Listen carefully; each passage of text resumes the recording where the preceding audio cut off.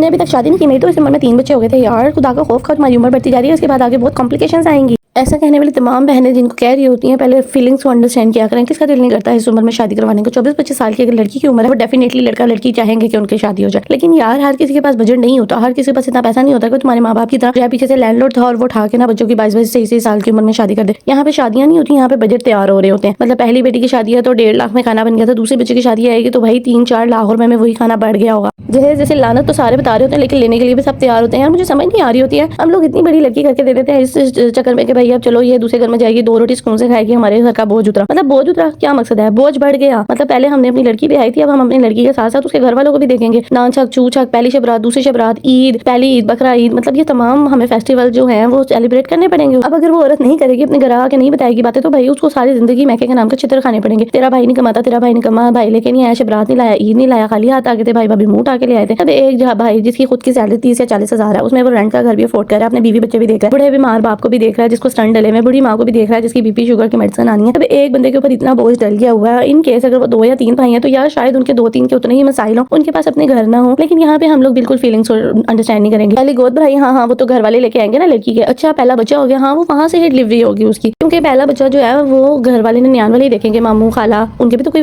Rights होते हैं ना। हाँ ये उनके राइट्स सबको याद है, लेकिन जहाँ गुर्ती देनी है, जहाँ पे उस बच्चे का नाम रखना है या कोई भी काम करना है, वहाँ पे पहली दफा गोद में लेना है, वो तमाम काम जो है वो तो दयाल वाले करेंगे। इतनी अगर मुगलों की नस्ल चलनी थी तो तुम लोग अपने घर में रखवाते ना, उसकी डिलीवरी क्यों भेज दिया 1.5-2 लाख के लिए माँ को कर्ज में फिर दोबारा डालने के लिए। पहले वो जो दिया हुआ था जहेज के नाम पे लानत के लिए पैसा इकट्ठा किया था, अभी तक वो खत्म तो हो नहीं रहा, उधार कर्ज मजीद ये नए बच्चे का चढ़ गया। अभी ये नए वाले बच्चे वाला सीन खत्म नहीं हो रहा तो यार दूसरे बेटी को लोग ताना शुरू दे देंगे, इसकी शादी कर दो, कब तक इसकी कमाई खाओ। नहीं खाते कमाई, ऐसा कर तू उसके हिस्से की 1-1.5 लाख रुपए जो सैलरी लड़कियों को क्योंकि अक्सर ज्यादा मिल जाते हैं पैसे, तो भाई उसके हिस्से के पैसे तू डाल दे, उसके घर में आके दे दे, उसकी बेटी को जहेज दे दे, उसकी बेटी के जहेज के नाम पे 500 बंदों की बारात का खाना हो जाएगा। मतलब इतना किसी को जिज कर देना, इतना टॉर्चर करना, फीलिंग्स हर्ट करते हो एक दूसरे की। और तुम सोच रहे थे कि भैया तुम तो बहुत अच्छे हो, उनके साथ लॉयल किस्म के उनको मशवरे दे रहे हो। लॉयल किस्म के मशवरे नहीं होते, मशवरा हर कोई बहुत अच्छे तरीके से जानता है, पैसे दे दो उसको मशवरे के बजाय, क्योंकि उसको जरूरत है पैसों की है। मेरी वीडियो को तुम्हारे लाइक की तो प्लीज इसको लाइक भी करो, सब्सक्राइब करो और शेयर भी करो। Ta-ta bye bye.